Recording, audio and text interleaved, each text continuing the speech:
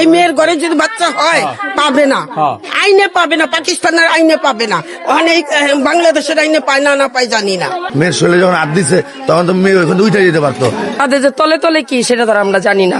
মেয়ে তো ভালো দাও না, উনি দৌড়ায় কে এমপি সাহেব আসছে, উনার নাকি খালু লাগে, উনার সাথে যাইতেছে সংসদে, জানি না বিষয়টা যে উনি জামাত করে।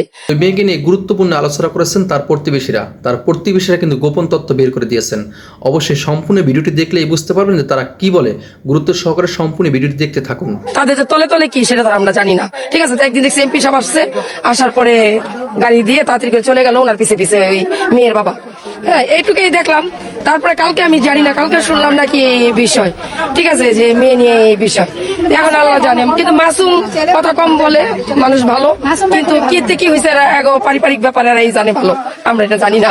উনি আমাদের পাশালে নিয়ে ভালো থাকতো, পাশালে নিয়ে ভালো থাকতো, কিন্তু এখন বলে ডিসিসি চলে গেছে, এই বাসায় 5 মাস 6 মাস ছিল, তাই শরীফের মায় রাখছিল। আচ্ছা আচ্ছা, আমি তো বেটা আর এই মন্ত্রী না এমপি হয়েছে, হ্যাঁ, এই বাসা থেকে আয়া বাইরে লয়ে যেত। হ্যাঁ, উনিও থেকে গেছে।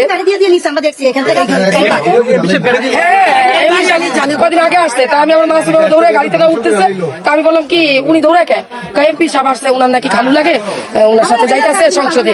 তা আমি বলছি ভালো কথা, যাক, একটা প্রভাবশালী লোকের সাথে যদি ছেলে যদি কিছু করতে পারে করুক, আমি আবার এই কথা বলছি গরিব মানুষ। আর তার জন্য আমি দোয়া করতাম সবসময় যে আলু পেঁয়াজ বিক্রি করে 3টা মেয়ে, যাক আল্লাহ ভরসা।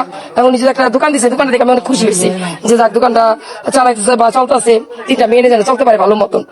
এখন কি হয়েছে না হয়েছে আর এই বিষয়টা আমরা জানি না। মাসুমে ভালো লোক দিয়েছে, মেয়ে তো ভালো দাও না, মেয়ে তো বাইরে গেছে, ভিতরে আসছে, মেয়ের শরীরে যখন হাত দিছে তখন তো মেয়ে ওইখানে উঠে যেতে পারতো, চলে যেতে পারতো।